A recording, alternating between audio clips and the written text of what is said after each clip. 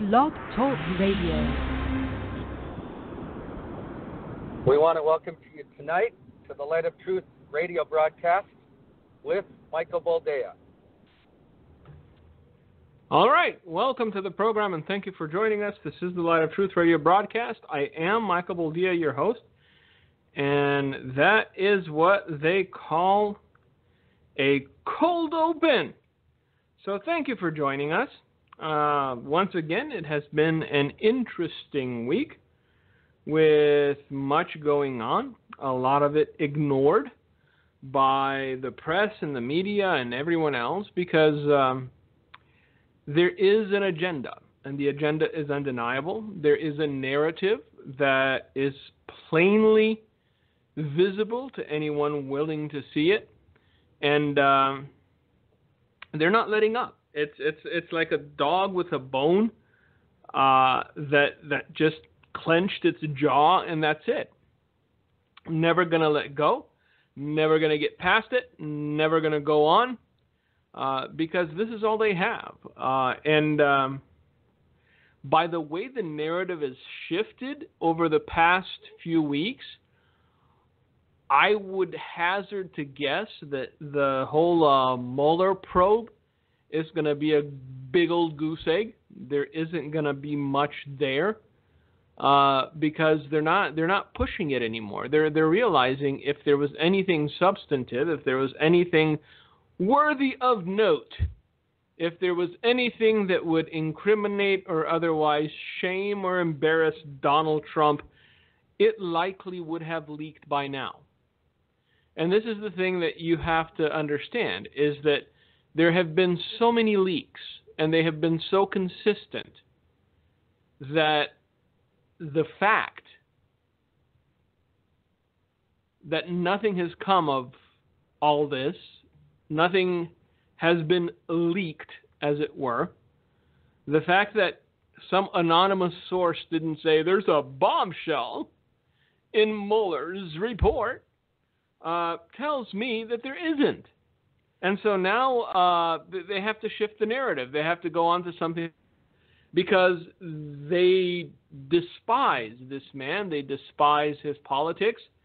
And think what you will of him, he is effective on various levels, in various ways. He is effective, and he's gotten into their heads. And he lives there rent-free. So it's fun to watch. Now, we didn't really discuss what happened in New Zealand last week. I did write an article on it. It's up on my blog. I will read it at some point because I think it's important to have some context. Because the first thing that people do nowadays, whenever anything happens, if it fits the mold, if it fits the narrative, if it's what they want, then they will jump to conclusions faster than, a rabbit whose tail's on fire. And they will beat that dead horse until there's nothing left. And because there is no reason anymore from what I'm seeing, there's no backbone, there's no steel spine. Whenever something like this happens, nations tend to overreact. New Zealand apparently has passed confiscation laws of firearms. The Prime Minister herself is wearing a hijab and trying to get everybody to I guess stand or kneel or whatever for the call to prayer, the Muslim call to prayer. And if Muslim zealots knew that this is all that it would take for an entire nation to come to heel, if Muslim zealots knew that this is all it took for an entire nation to bend over backwards in order to not seem Islamophobic, even though that's a made-up word and there's no such thing, they probably would have done it themselves a whole lot earlier. Right now, New Zealand is jumping the shark.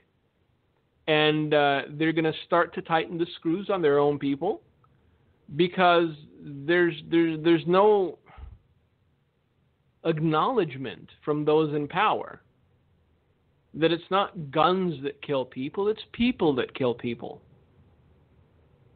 Tragedies happen. They've been happening since the beginning of time. Yes, we've made it more expedient in our day and age to take lives, but it doesn't mean that it started with our generation. It doesn't mean that it started with us. Look at human history for the past 250 years and see how grotesquely some human beings are able to treat other human beings. Because this is the nature of fallen man. This is what fallen man is.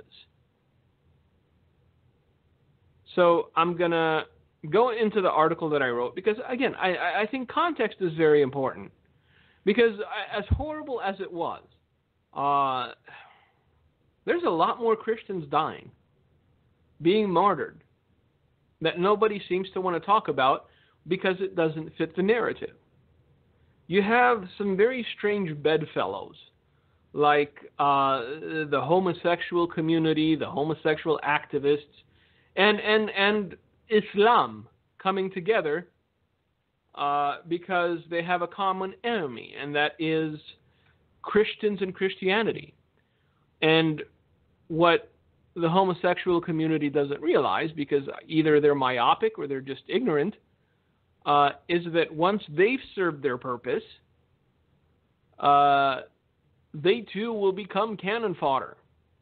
Because Islam doesn't bend. Let's put it that way. I think that's a good way of putting it. Islam does not bend. It does not bend to you. It does not bend to me. It does not bend to anybody. And so if they think that by tolerance and embracing a backwards religion that has no place in the modern world, they will ingratiate themselves. The only thing they'll do is be close enough to have their windpipes severed so that they can't scream. Anyway, this is the article that I wrote Tuesday, which is 2 days ago, and it's titled "Fallen Man" because this is the disease. It's not guns; it's fallen man, and the only remedy is Christ. So the article begins thusly. Murderous hearts will always find a way to achieve their ends. Take away the gun and they will use a truck. Take away the truck and they will use a car. Take away a car and they will use a knife. Take away the knife and they will use a fork, their teeth, their fists, a brick, a sharpened stick, or whatever happens to be laying around. There have been enough mass shootings and mass murders over the past few years wherein anything substantive that would have been said about them has been said already. It is tragic, heartbreaking, stomach-churning, and altogether inhuman regardless of the religious ideology of those whose lives were taken. Yes, I believe that Islam is a false religion. Yes, I believe that Muhammad is a false prophet. No, I do not want to see anyone slaughtered for it. As believers, we are to love even our enemies. We are to love even those who would wish us harm and wish us ill will. No rational human being can take pleasure in carnage. No rational human being can take pleasure in slaughter, even if it happened half a world away. That said, the number of Christians being slaughtered throughout the world is disproportionately higher than any other religion. Allow me to pause and add this. This is fact. It is demonstrably proven. It's unequivocal. The number of Christians being slaughtered throughout the world is disproportionately higher than any other religion. But for some unexplained reason, this fact gets overlooked time and again by every media outlet. We're not talking about isolated incidents of violence here or there. We're talking about entire countries intent on exterminating Christians and Christianity from within their borders. Let's go through a list. It's not complete by any means now, but Syria, Iraq, Iran, North Korea, Somalia, Afghanistan, Pakistan, as Barack Hussein Obama used to call it, Yemen, Sudan, China. Do I need to go on? Or have I made my point? There is one other overlooked discrepancy that is worth noting. And that is, while the Christians being tortured, crucified, thrown off buildings, drowned, burned alive, and decapitated, are being murdered by professing Muslims, none of the attacks on Muslim places of worship, Muslim mosques, or Muslims were carried out by professing Christians. This is a very important thing to point out anytime people say, oh, look at what happened in New Zealand. The Christians, they are at fault. It is their fault. No. It wasn't a Christian. The man was a nihilist, an anarchist, a heathen. He never claimed Christianity. Now, this is not a meaningless distinction. This is not splitting hairs. It is the crux of the entire matter and the prism through which it must be viewed if we're to be intellectually honest. Somehow, it still amazes us the depths to which the nature of fallen man will go. Somehow, it still amazes us the cruelty men are capable of visiting upon their fellow man. And it shouldn't. This is fallen man in all his grotesque, disfigured glory.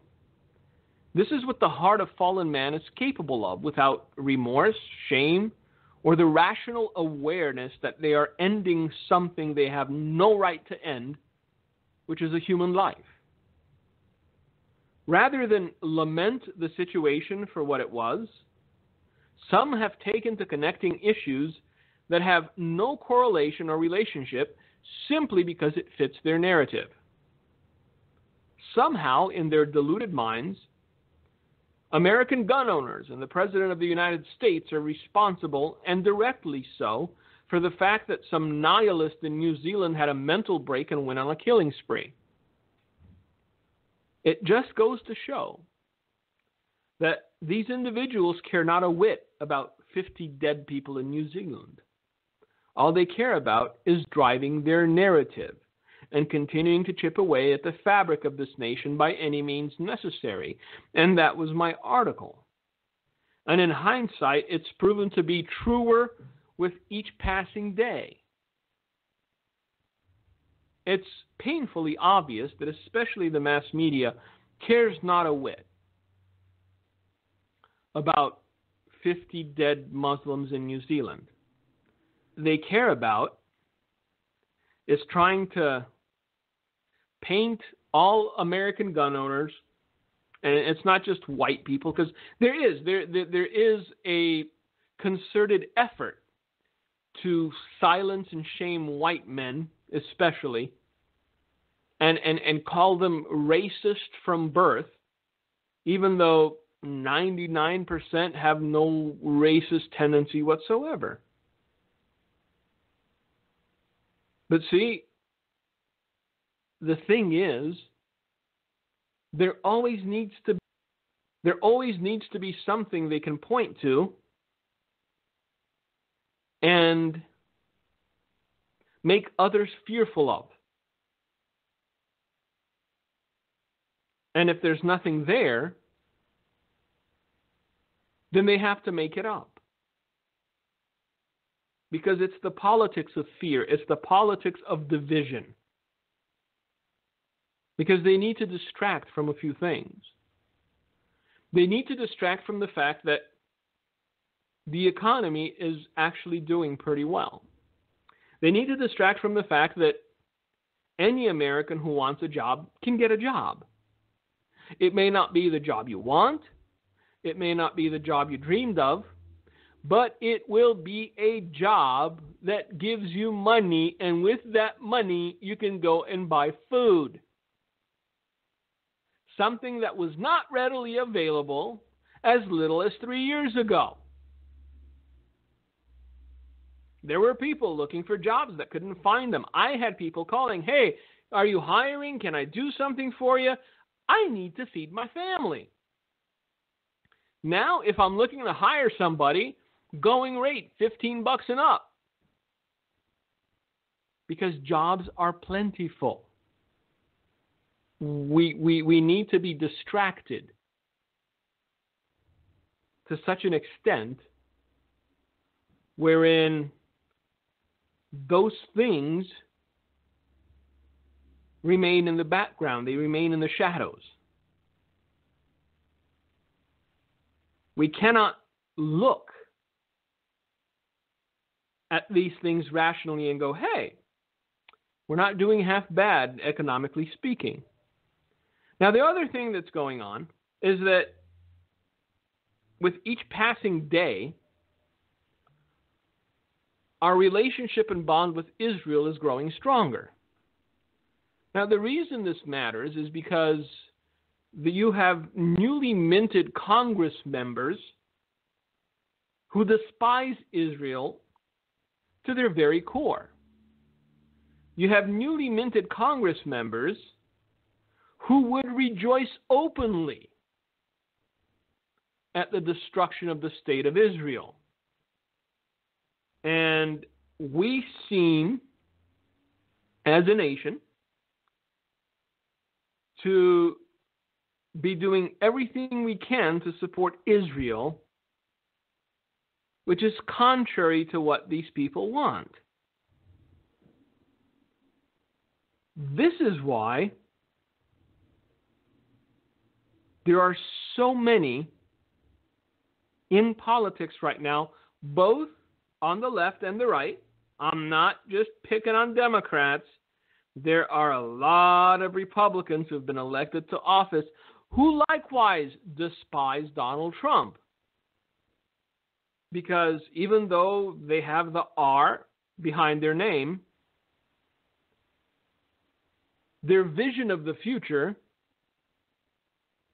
is exactly in line with those that have a D behind their name.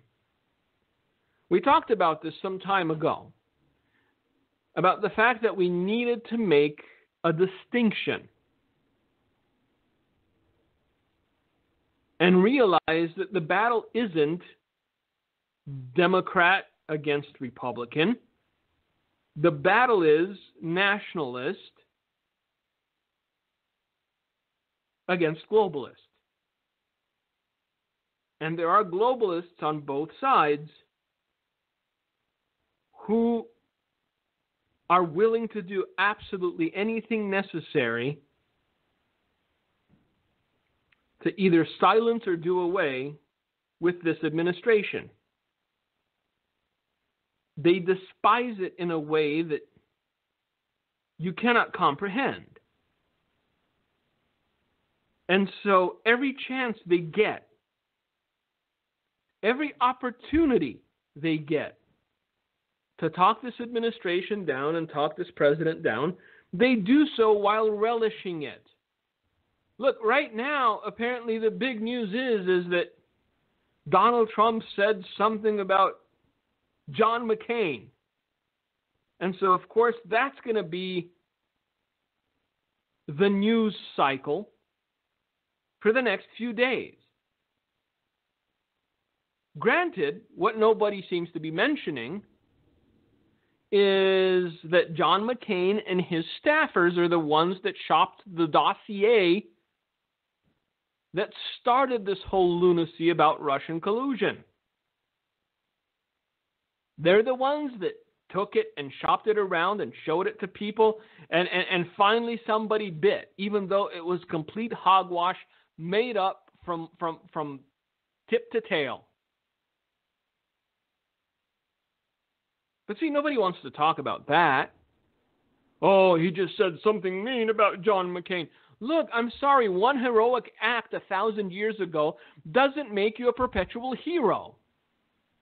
Towards the twilight of his life, John McCain made certain decisions and did certain things that, I'm sorry, were not patriotic. We're not in line with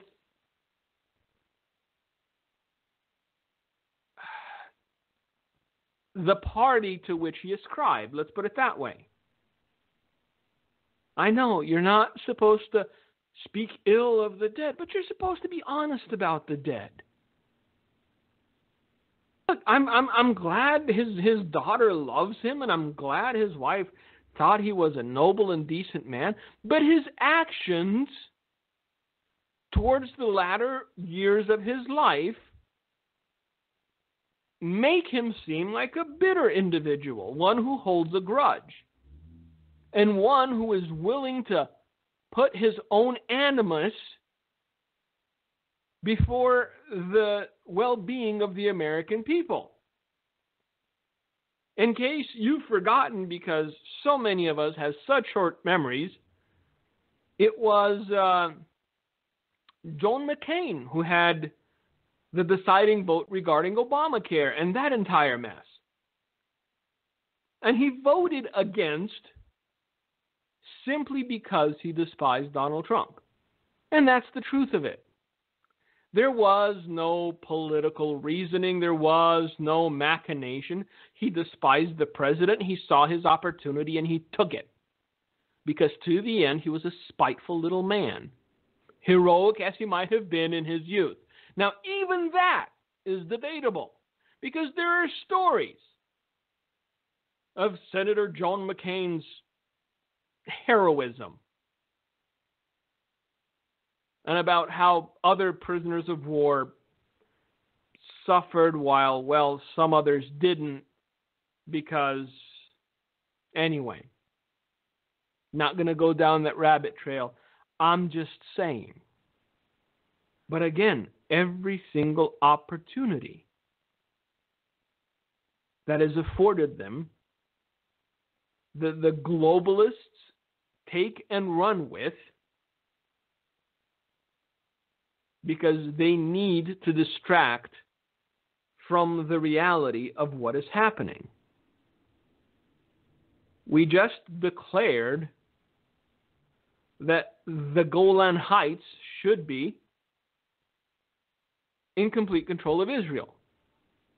This was something very recent. We moved the American embassy to Jerusalem. There are things that are happening internationally that nobody talks about because they don't want to give this man any credit, even though he deserves it. Yes, he deserves criticism in certain places, but he also deserves a modicum of credit.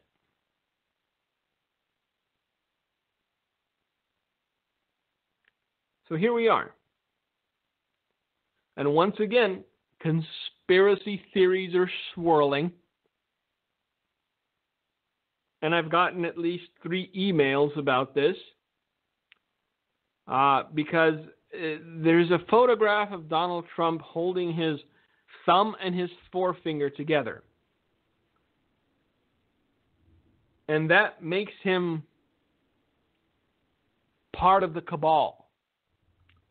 That makes him in league with evil. All right, look, that's saying that anybody who rubs their eyes with the palm of their hand and not with their knuckles is giving off secret signals and secret signs, and that they're part of a cabal and evil.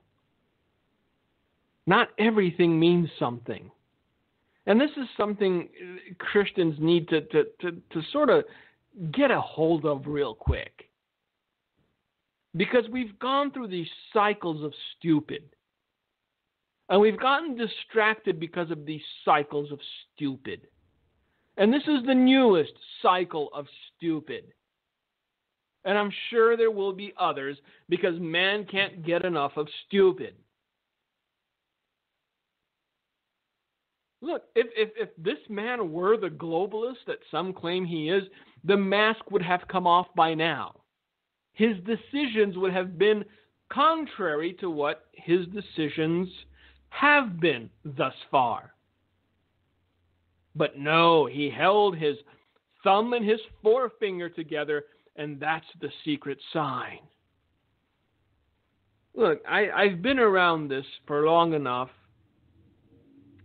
to have remembered all the other things that have come up that were proven false eventually, that distracted the church and distracted Christians and made people jump at each other's throats because how dare you not believe?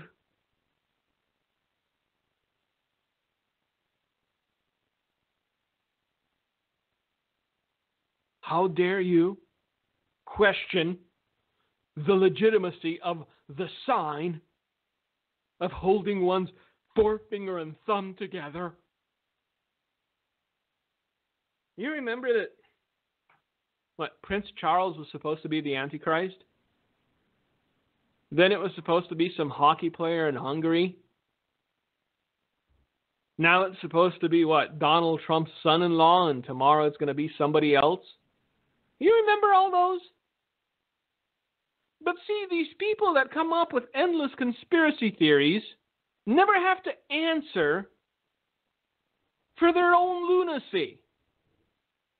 They just go on to the next thing.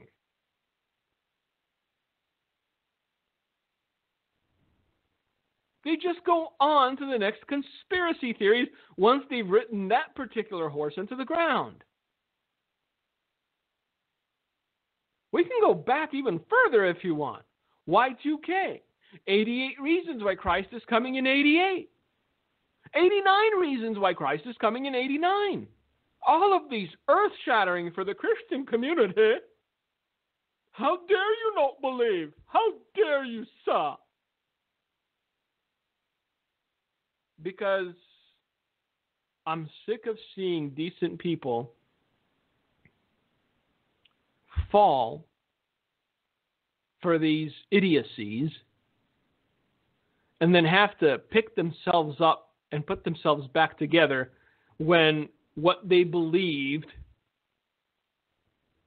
proven false. I'm sick of seeing good people get snagged up in cycles of stupid only to waste months and even years of their life chasing a pipe dream that is non-existent. Not everything means something. Maybe somebody scratching their nose just means they were itching. But we gotta look for the secret meaning. You don't need secret meaning, kids. They're out in the open. They're not trying to hide anything anymore. They're telling you exactly what they want to do to you. They're telling you exactly what they want to do to your country. They're telling you exactly what they want to do to your Constitution. They're telling you exactly what they want to do to everything. But no. Look at the thumb and the forefinger. Look at it. Look at it. It's a secret sign. I'm telling you, it's a secret sign. Meanwhile, every single person running for the Democratic nomination speaking things that should scare the stuffing out of rational human beings. Every single person running for the Democratic ticket is coming off as a babbling lunatic.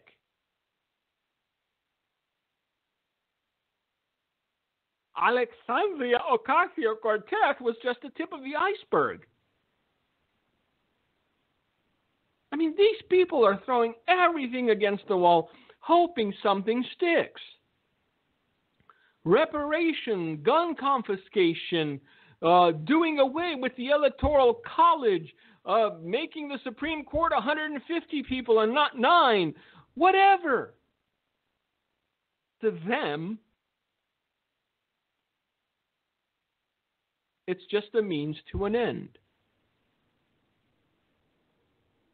The means do not matter. They will promise anything they have to promise in order to reach their end, which is get power again. And mark my words, all of you sitting on the sidelines because Donald Trump made a sign with his thumb and his forefinger.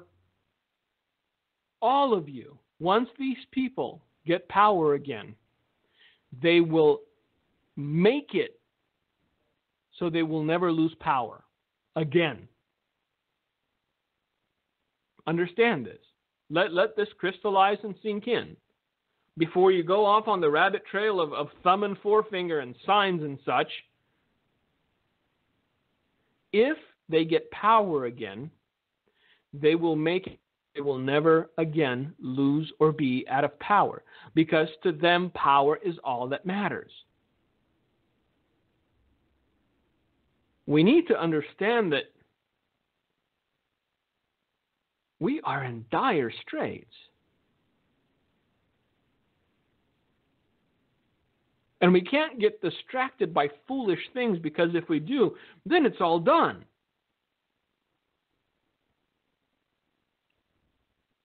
If we get distracted now, then by the time we shake off the slumber, by the time we shake off the confusion, it'll be too late. It'll be done. And it doesn't matter which one of these people get the Democratic nomination. They've got the playbook. You can hear it in their words. You can hear it in their cadence. You know that it's not their thoughts. You know that it's not their words. They're saying what the playbook says, because they've poll tested every single sentence that comes out of their mouth. And this is why the big push for illegals to have a vote and for 16-year-olds to be able to vote in national elections, because they realize there's still enough rational people out there where they're not going to win this cycle. So at best, we've got 6 more years. At worst, we've got 2 more. And the question that we must ask ourselves is, what do we do with this time? What are we supposed to be doing? Well, the first thing we're supposed to be doing is speaking truth. Look, I've gotten enough emails from enough of you to understand where you're coming from. And I agree, to a certain extent, the other side has succeeded in silencing people.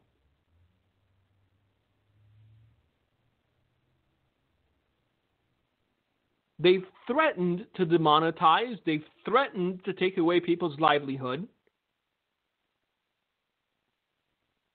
And people have done the math and they realize, I can't. I can't support my family if this happens. And I know that this will happen if I don't keep my mouth shut. And so for fear of losing out, people have chosen to voluntarily silence themselves They've chosen to voluntarily censor themselves.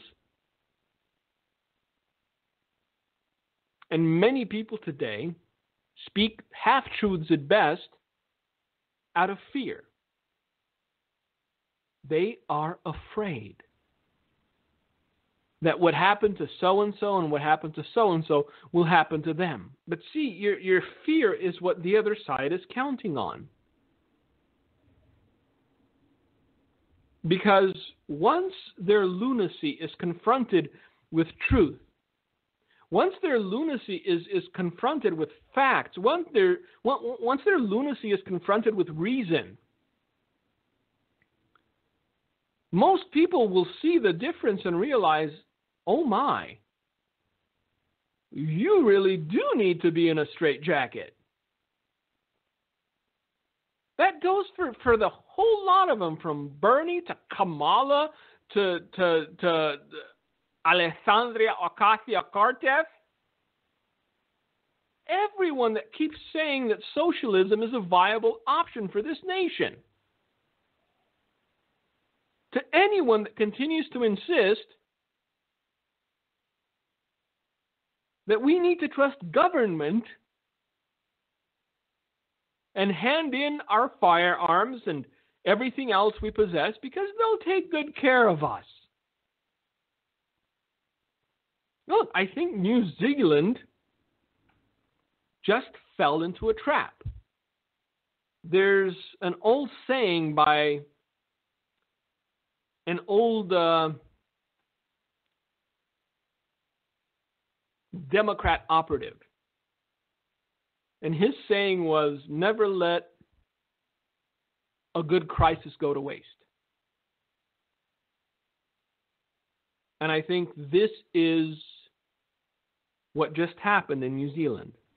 Now, in case you haven't heard, because this is breaking news, Prime Minister Jacinda Ardern announced Thursday that New Zealand has officially banned military-style semi-automatic rifles and high-capacity magazines.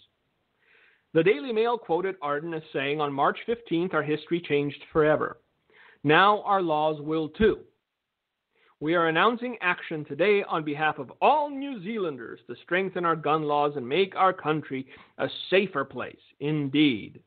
She added, now, 6 days after this attack, we are announcing a ban on all military-style semi-automatics and assault rifles in New Zealand.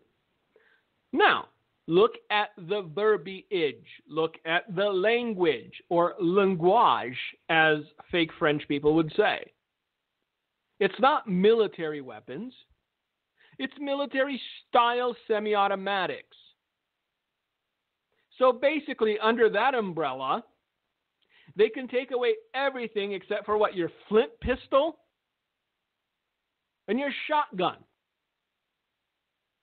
And even then, you know, a shotgun in a pinch can be used as a military-style weapon.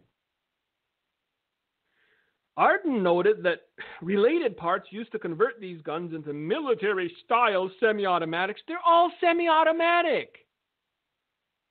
This is why people who've never fired guns shouldn't make laws about guns, because they sound retarded.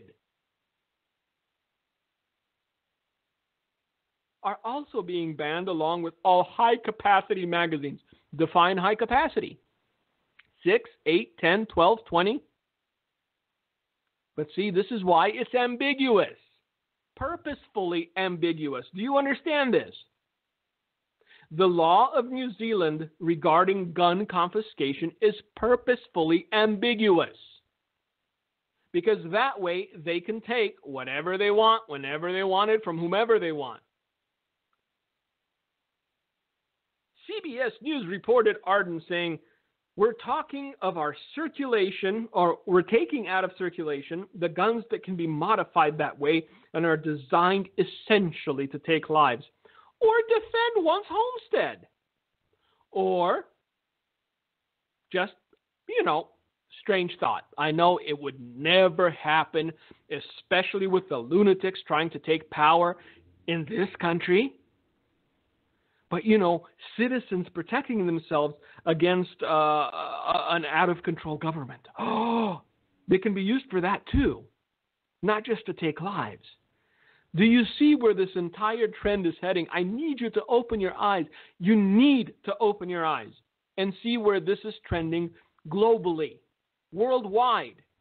And this is why they despise this administration so much, because Donald Trump is standing in the way of globalization, of globalism.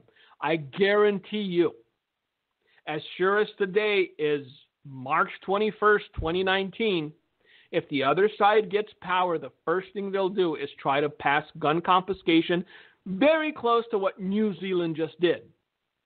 Make it ambiguous.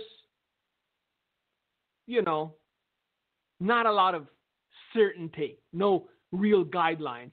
Semi-automatic military-style weapons. Well, that covers a whole lot, don't it? After announcing the ban, Ardern addressed law-abiding gun owners saying, of course she did, to owners who have legitimate uses for their guns. Define legitimate use. Didn't define it, huh? Because what you define as a legitimate use, the government of New Zealand might not. But see, the ways that they're nuancing this should scare the stuffing out of every gun-owning citizen of New Zealand. To owners who have legitimate uses for their guns, I want to reiterate that the actions being announced today are not because of you, really, and are not directed at you. Oh, really? Who are they directed at, Madam Prime Minister? Because let me clue you in, you rapacious, ignorant woman. Non-law-abiding citizens, i.e. criminals, are not going to hand in their guns. Criminals are not going to volunteer their weapons. Criminals will continue to use them. So even though you're reiterating that the actions being announced today were not because of, law-abiding gun owners or directed at them, that's exactly who it's going to harm. Criminals don't care about laws. That's why they're criminals. So you can pass 1,000 laws on gun confiscation. Bring in your guns and your bullets and your knives and your forks. And you know who's going to do it? The law-abiding. You know who's not? The criminal. And then, perchance, a criminal,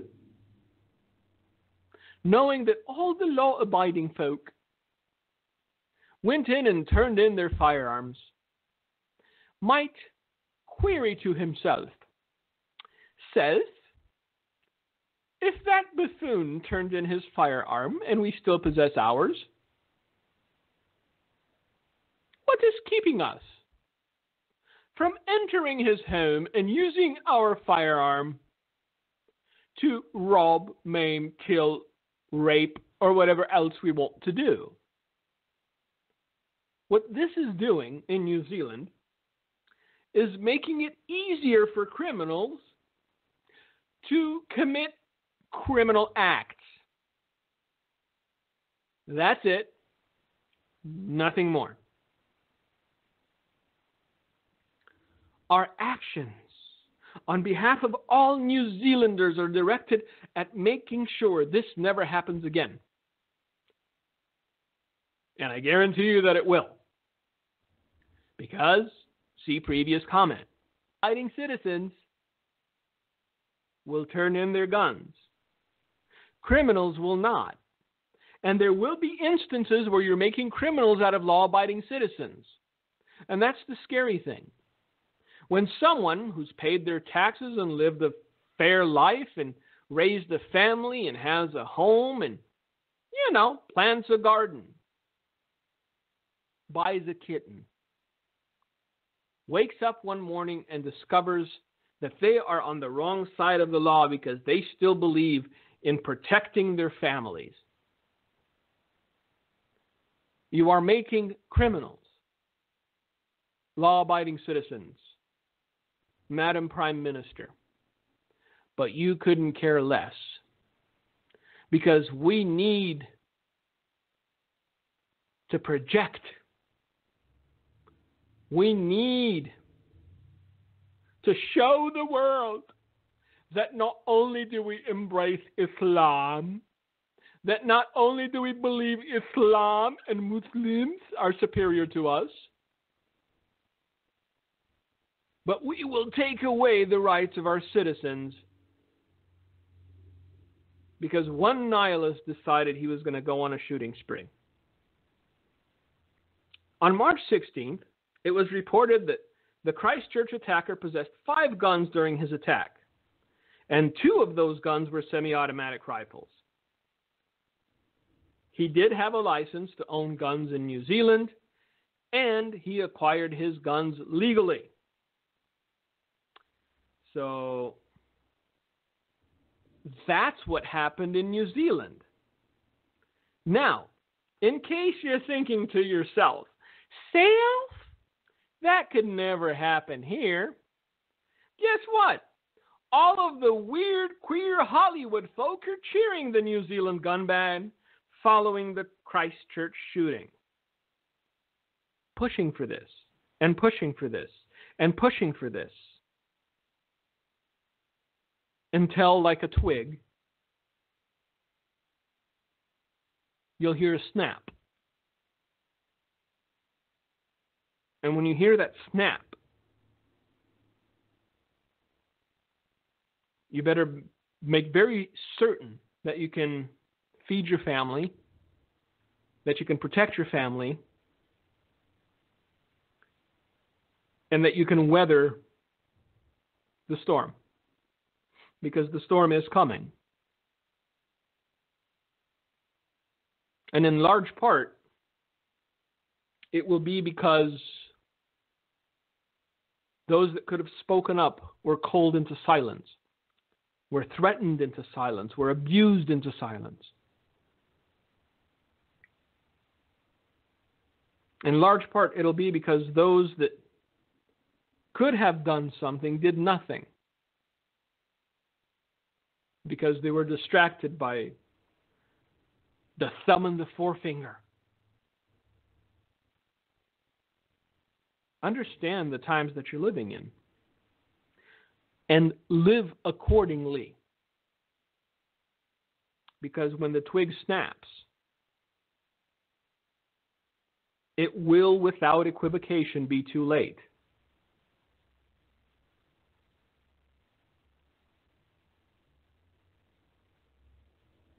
Look, we're still trying to do good as a nation. I just found the article, which again today this is all breaking news. That's how on top of it I am. Marking a monumental shift in U.S. policy that would help ensure Israel's security in the future, President Donald Trump on Thursday declared that the time has come for America to fully recognize Israeli sovereignty over the Golan Heights. After 52 years, it is time for the United States to fully recognize Israel's sovereignty over the Golan Heights, which is of critical strategic and security importance to the state of Israel and regional stability, Donald Trump tweeted. So this has become our position. Now, Prime Minister Benjamin Netanyahu, another anti-globalist who they're trying to get rid of by any means necessary, called Trump to thank him by phone. "You made history," Netanyahu's office quoted him as saying. "At a time when Iran seeks to use Syria as a platform to destroy Israel, President Trump boldly recognizes Israeli sovereignty over the Golan Heights. Thank you, President Trump," Netanyahu subsequently said in a tweet. So this is what we did today. But I guarantee you, this will likely be one of the handful of places that you'll hear about it. Why? Go back and listen to the first 30 minutes of the program. They need to keep you distracted. They need to keep you focused on other things besides the reality of what is happening. And as long as they can do that, as long as they can keep you distracted and chasing after rabbit trails, they can inch their way further and further towards their desired goal. Look, it's not like nobody told you. It's not like you didn't know. The question is whether or not you chose to listen. The question is whether or not you chose to do anything about it. Because, see, there are still people, even today, even with the threat of having your livelihood snatched out from under you, that put themselves on the line, that speak the truth, unapologetically, that tell you what you need to hear rather than what you want to hear. But the numbers of those willing to do this are dwindling with each passing day.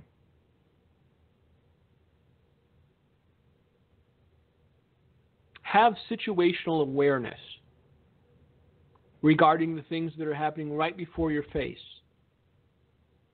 Because see, that's another one of the foibles we make frequently.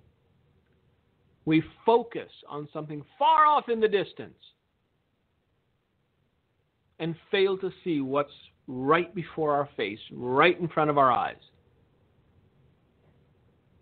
Don't be that person. See what's happening now, not what's going to happen if another temple gets rebuilt. I know, I just hit somebody with that. But it's the truth. Focus on the immediate things. Because this is how we got to this place. We were gazing off into the distance. And they legalized one thing after another, and they took away one right after another.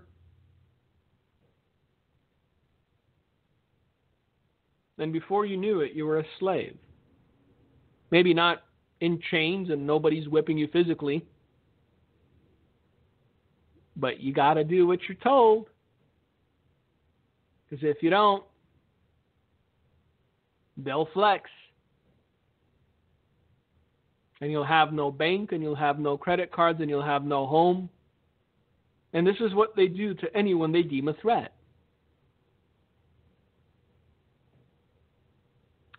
So, stop gazing, trying to see over the horizon. Look at what's in front of you and try to affect that. Because anybody can come up with a hypothetical situation.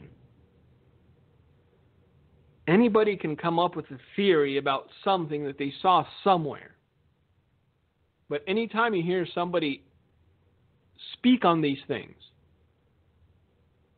ask yourself honestly, what does that have to do with what's happening right now? What does that have to do with the situation at hand?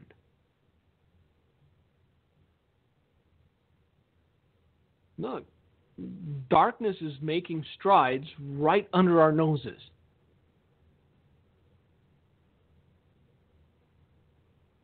And eventually, if they make enough strides, they will achieve their desired result. I'm not trying to scare anybody. I'm not trying to make you dislike me by any means. I'm just being honest with you. Because you deserve honesty. You deserve the truth. You deserve somebody who is willing to speak the truth no matter the consequence. And then what you do after that, what you do beyond that point, is solely up to you. See, that's the beauty of what I do, at least to me. Once I speak the truth, my responsibility ends and yours begins. Once I speak the truth, I've done my job. I've done my duty. I have completed my task. And then your work begins. You need to figure out what you must do. Not in 5 or 10 years, not when something happens that somebody said would happen, but tomorrow, today. That is your responsibility. And with that, I thank you for joining us. I thank you for listening. I'm going to hand it off to Gino, and I'm sure he'll have something to tell you. Until next time, may God bless you and may God keep you. Be well. Gino, all yours. Hey, thank you, Mike. What do I have to add to that? We better wake up, better speak up, keep praying, because Mike made a couple good points. One is, when they get power again, they won't give it up. That's a very scary thought.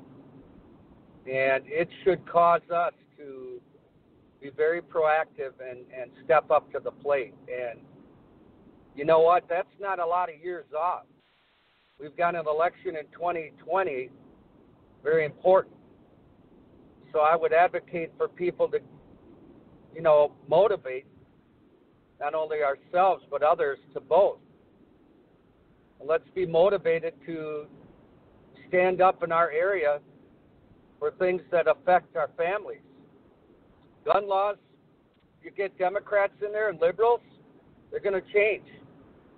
Not only that, but I'm quite sure they will really try to clamp down and enforce politically correct laws to limit our speech. So this is the day God's given us. Let's stand for what we stand for. Thank you for listening to the Light of Truth broadcast. God bless you.